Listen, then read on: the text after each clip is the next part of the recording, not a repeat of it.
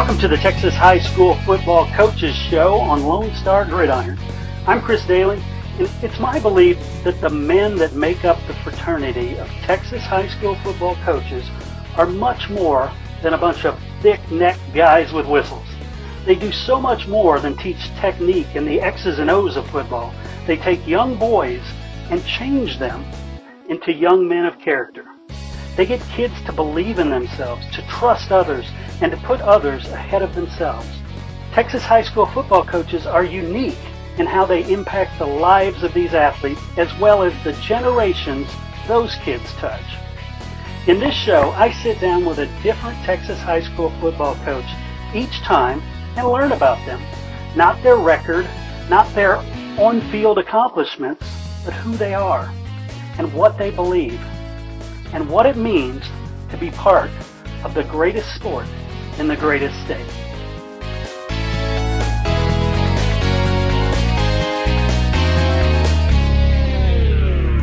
Hey everybody, welcome back to the Lone Star Gridiron Texas High School Football Coaches Show, Season 3, Episode 16. Can you believe it?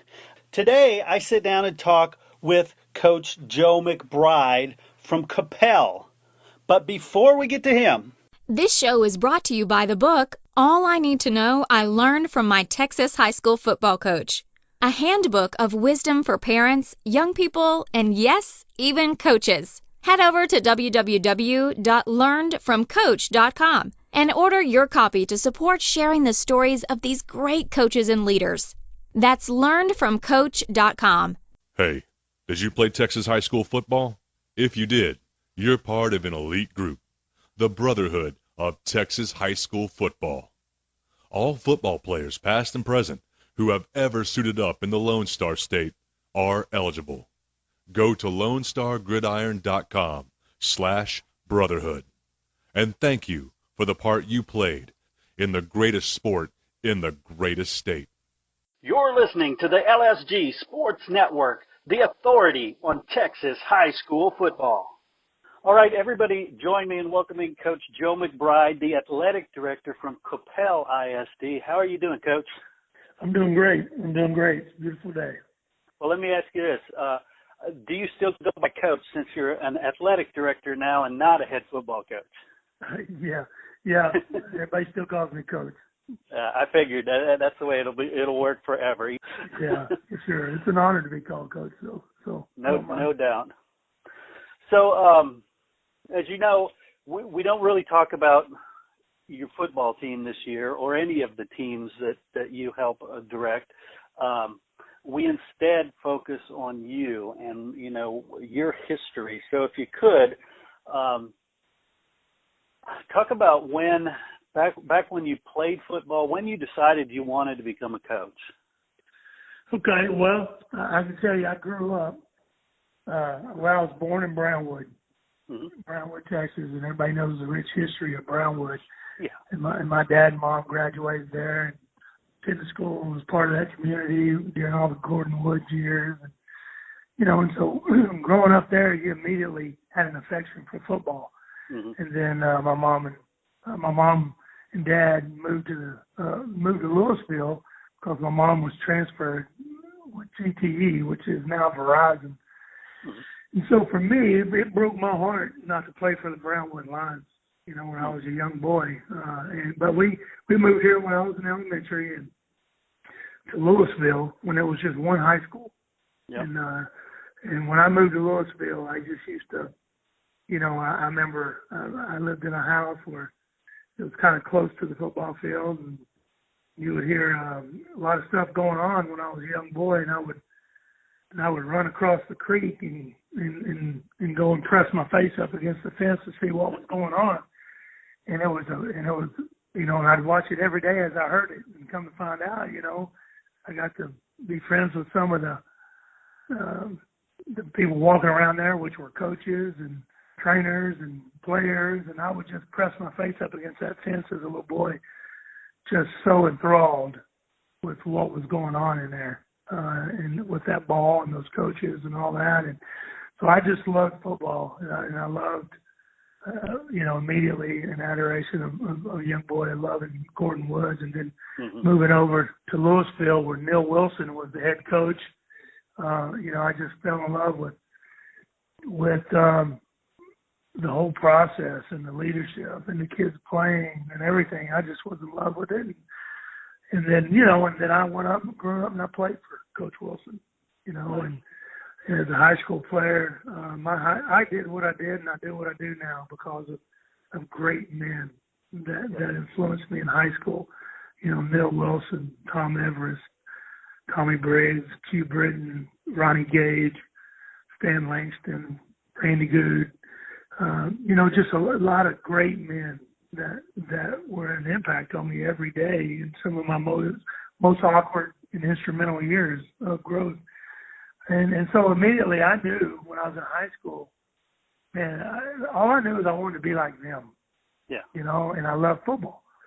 And I could just remember in college, I went and played for Spike Dykes and talked to him. And I talked to Q Britton when he was running Marcus' program, and Tommy Briggs and Ronnie Gage and Neil Wilson. I went back and talked to a lot of these people and about thinking I wanted to coach. And after visiting with them and visiting with Coach Dykes in college, I realized I got a lot of information about coaching and what to expect, and it fit right in my DNA. And so I started coaching, when I got done with college. And so those men, and that's my early influence of being a coach and doing the things I did. Nice. If you could, from your college days till now, give us a stop-by-stop, every job you've had. Yeah. Well, when I got through playing in college at Texas Tech, I was a graduate assistant at Angelo State, and we had my in-laws had some land out there and had a home out there, and plus, a Division II school, they really need GAs. A lot of times at that time, a GA for Texas Tech or Texas A&M or somebody like that, you're just getting coffee and splicing film and doing all that. Whereas when you go to Angelo State, you coach a position. I mean, they don't have the expense to have all the coaches that those Division I's do. And that, I didn't realize that, but when I was in college, after talking to Coach Dykes and Dick Winder, they kind of told me, hey, this is why you need to really entertain GA in a Division II. And they kind of explained to me how you'll immediately be needed and not just be a coffee boy and an errand boy.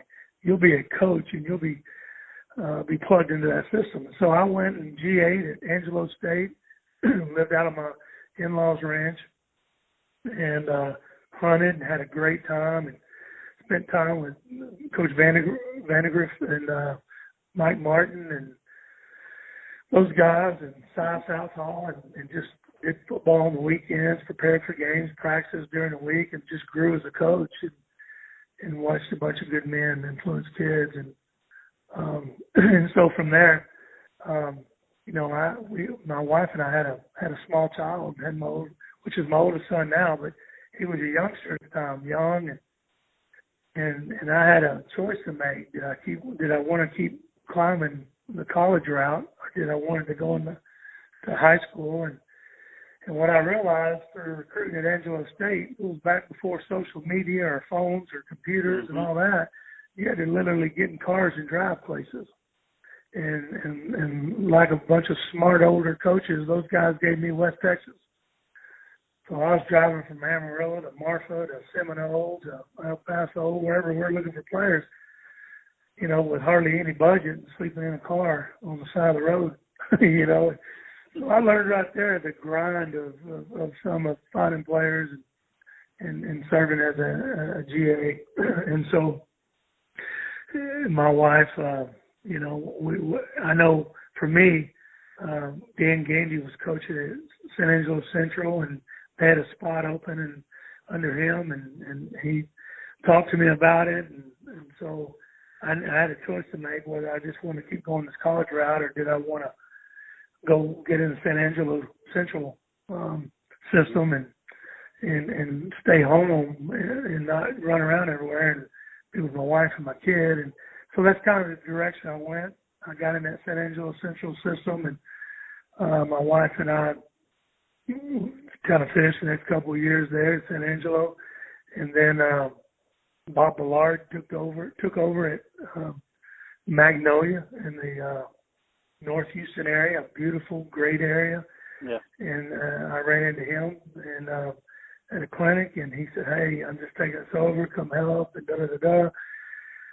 So I took a job at Magnolia, working for Bob Ballard and coaching there. And at that time, I was on the offensive side of the ball and really became an OC and kind of helping run that offensive side. Even though Bob called it, he grew me as a coach. And so I got a lot of experience on the offensive side of the ball. And then, and we'll spend a few years there and was a head track coach. And really had some great track programs. Those years at Magnolia were incredible. They were just the most fun and had great kids, great bunch of coaches and parents. And it was during a growth time at Magnolia where, they were struggling with some success previously, but we really kind of took that thing, and Coach Ballard really did a good job of making some great runs in the playoffs. And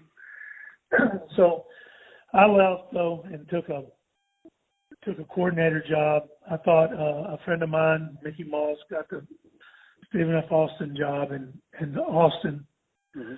And I thought, hey, it'd be closer to get my wife by her parents in the Hill Country. And, and I always liked Austin. And so I told Mickey, we'd hooked up through FCA and he said, "Hey, I need a defensive coordinator. Would you want to come?" And I'd been on the offensive side of the ball at Magnolia. And so, but I played defense and I had a great knowledge of it, especially preparing to attack it and for my plan. Mm-hmm. So I said, yeah, let me look at it. So my wife and I talked about it, and we moved to Austin.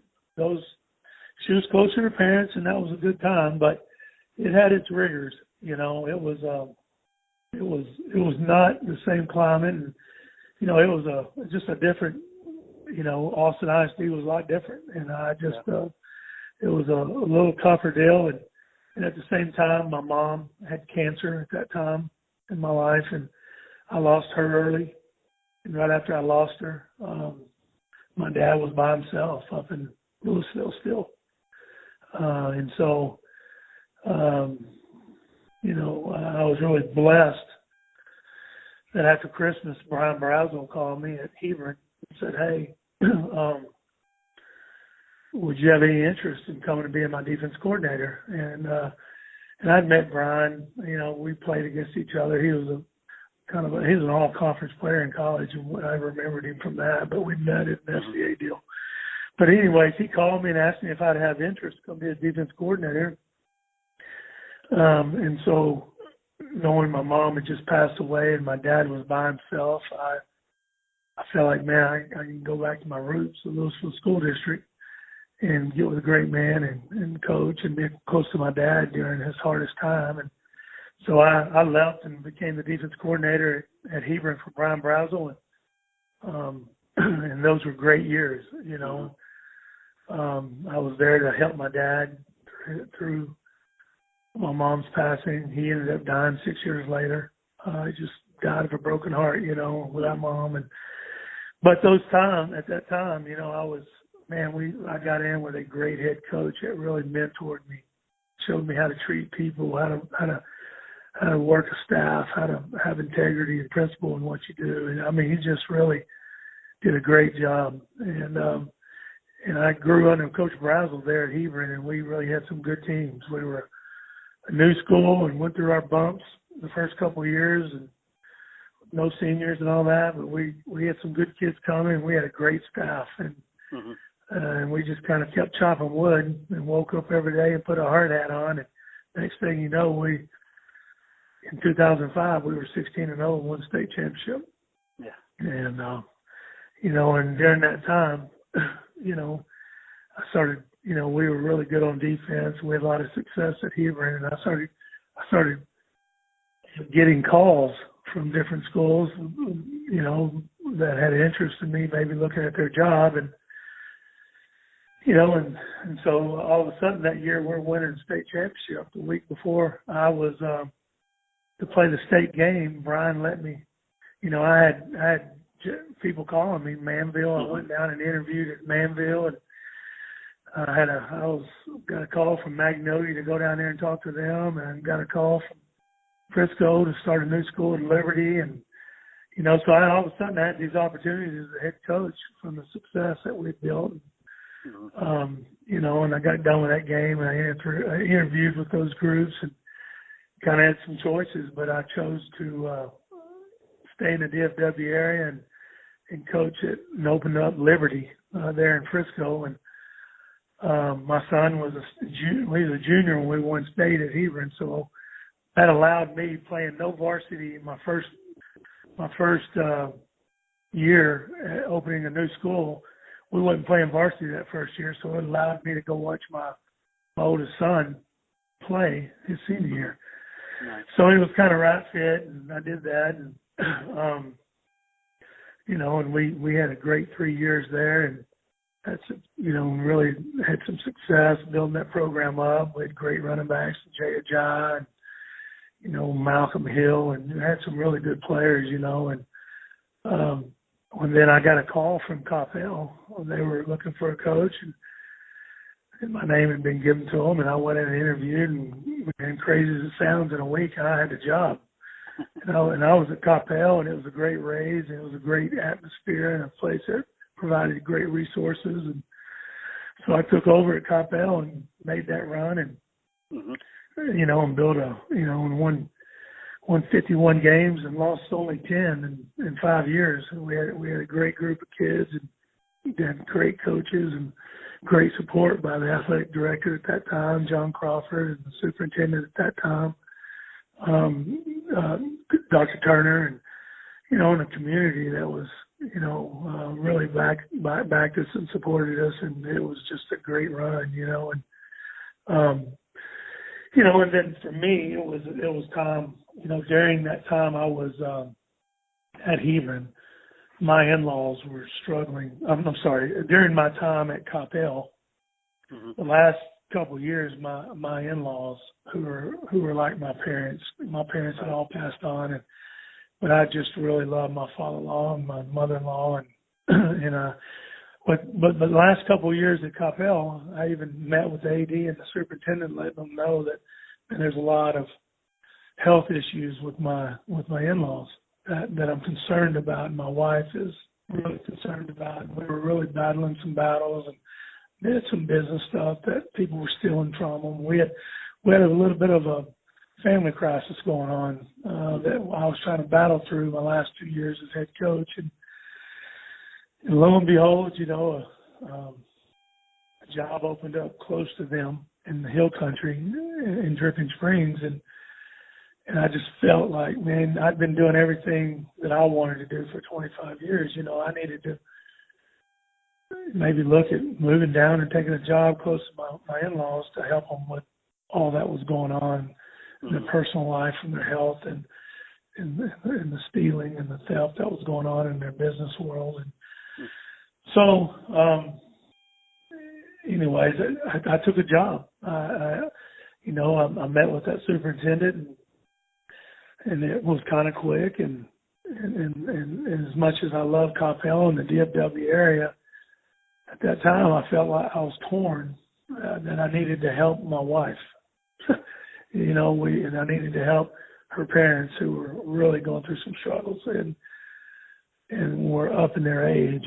And so I kind of took one for the team, knowing that Dripping Springs was a great community that had a lot of upside to it and going through some growth. But I went there and never really looked back. My heart was broke because I loved Coppell. I had great years here. I wasn't looking to leave. I wasn't disgruntled. I wasn't fired. It wasn't anything like that. For me, it was about my wife and her parents and all that was going through in their personal life. And So I went down there and really kind of started up a program. We had very few seniors. We started, I think, 13 sophomores and 2 freshmen that varsity year that I was there, and they there was a lot of promise there. Mm-hmm. We really did things right and got a great staff there. But during that time, at the end of the season and going into that spring, I got a call from the people in Coppell and if I'd be interested in coming back and being the AD. Would the family situation allow that? You know, I'd had enough good years here, and I missed it tremendously, and it allowed me. And I know my son, he grew up here, you know, and watched us play in a lot of big games. And I know my youngest son really never wanted to leave. He wanted, you know, but he was being a trooper to do what we needed to do. But when we had the opportunity, I talked with him. I wasn't totally going to be all in on it because I still loved coaching, you know. But there was the part of it that would allow me to be a support for Jan's, my wife's parents, and a support for her, that I could step back away from coaching and be just AD, and still provide her, have some freedom to provide that support and go down and help and do what we needed to do.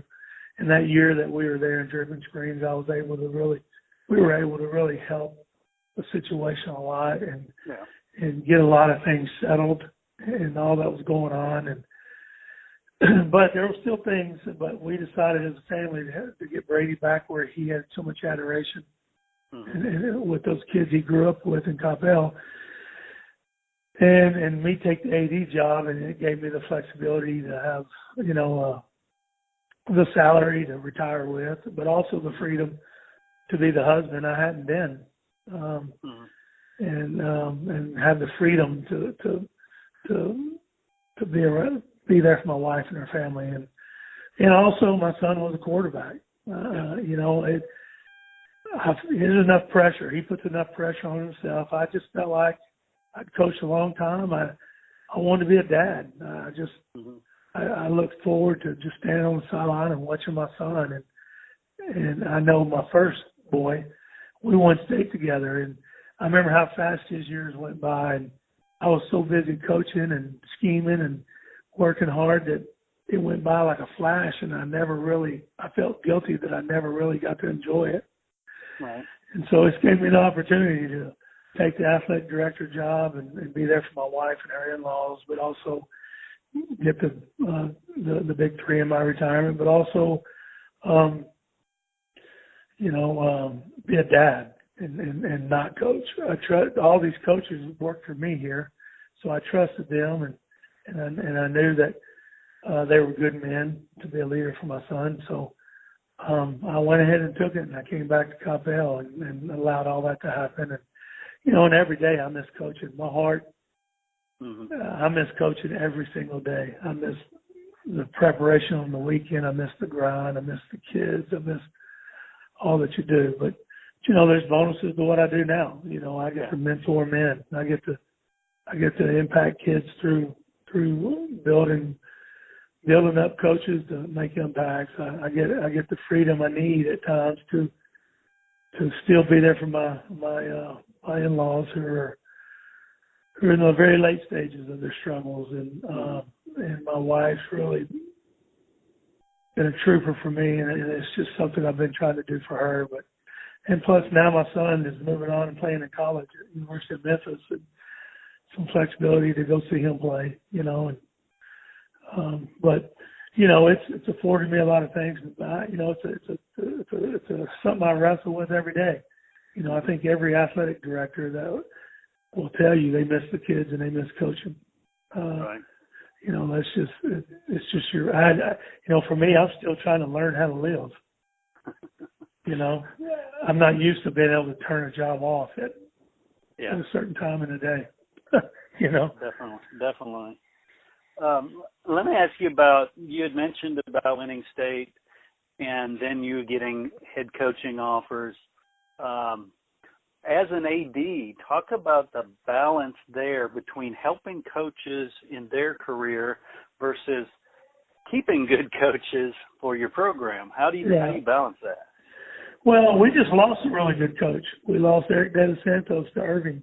Irving High hired him as their head football coach. And, you know, it's just one of those deals. You know, I was there one time too. You want to mentor men to go on and be great coaches in this career, and to be head coaches and coordinators and really impact communities and kids.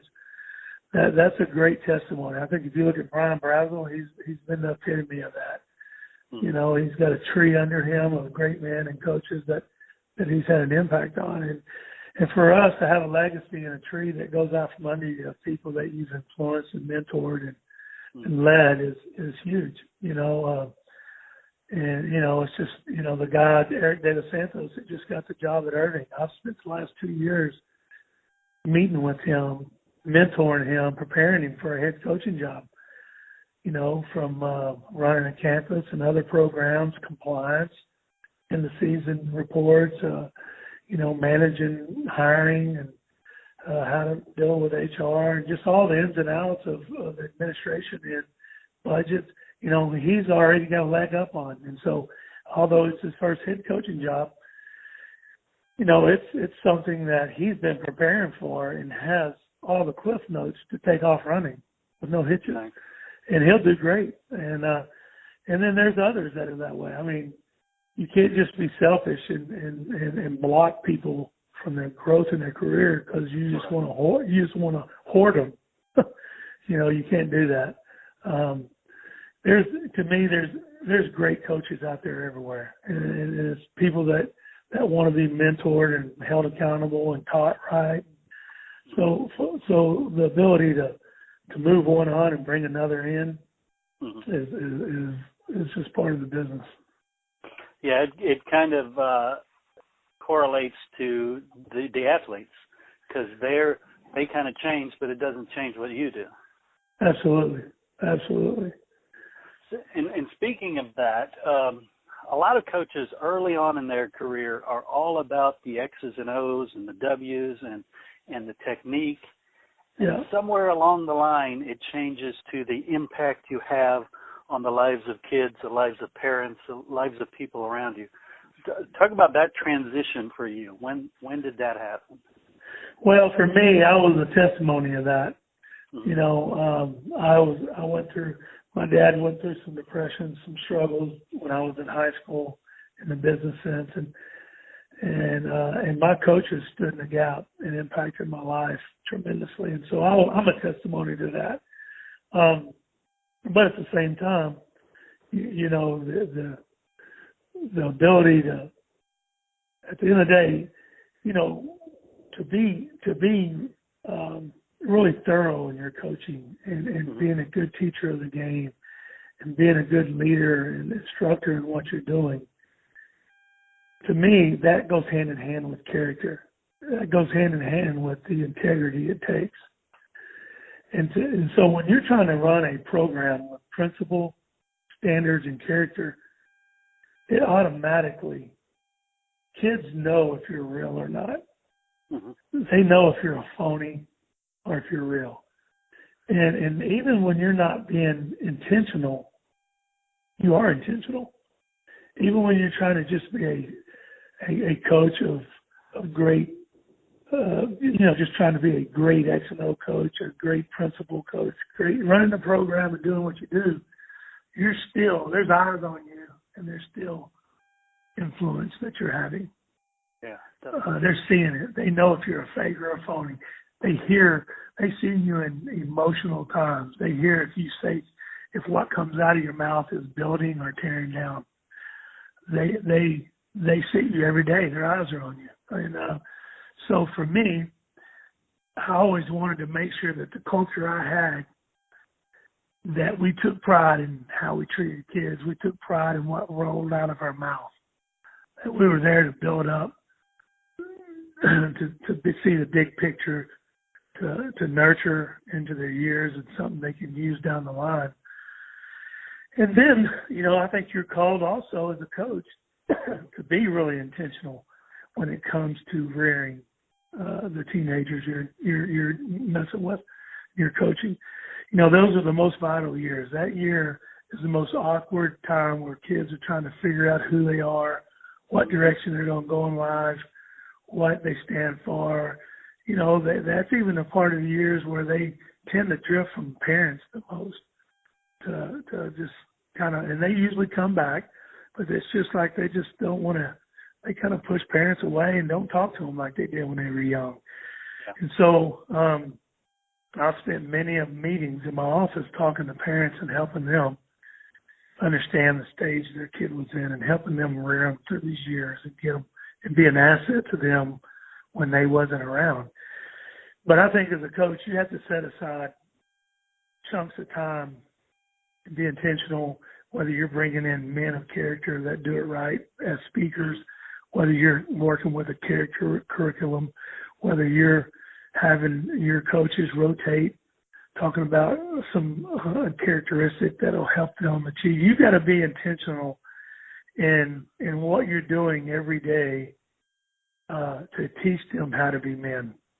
And it's time that it has nothing to do with a ball or a helmet. Mm-hmm. It has to do with classroom. You know, sit down, listen. This is what's important. Bring in some speakers. Have your own curriculum that you're doing. Have other coaches share. And then those are the rich moments that kids will turn and really value down the line. You know, in this game, my years have gone by. But the things that, you know, I haven't played in years. You know, last time I played was in Lubbock, Texas, and it's been a long time. But the things I look back and value were the times I spent with Dick Winder or Coach Dykes, and they just said some things that fed my soul. Right. Or the times that I visited with Coach Gage or Coach Wilson or some of the coaches, Coach Langston, Coach Good, some of these coaches that stopped to hug me around the neck and ask me about my family, asked me, you know, how my dad was because they knew he was struggling at that time, and you know, or asked me how my older brother was in college. They just cared about me and what was happening in my life, and not just whistling in my ear and bearing down technical coaching points. You know, and so that, I think you have to be more intentional today because of the influence, the negative influence that's on the outside, from negative music to media to all the things that are going on that is really taking a sucker punch to the integrity and character of kids sometimes. And I think coaches are needed more now than ever. Amen. They're needed more now than ever. You live in a glass house, and what you need and what you do needs to be transparent to kids, and they got to be able to see somebody real and authentic. And it's our job as coaches to mentor that and be real and authentic, and not be a phony and a fake. Definitely. When let's say you're traveling, you're in an airport, you talk to somebody who has no connection with this sport, maybe not even this state, and they come up to you and say, you know, football's barbaric, it's a waste of time, it's dangerous. How do you convince them? How do you tell that person the value of football? Well, I just think, number one, that I'm speaking from experience. I don't know what they're regurgitating, what the background is from what they're saying or what their experience was. But I can tell them from my experience, it molded and made me who I am. And it's the life source of why so many even get up and go to school now. It's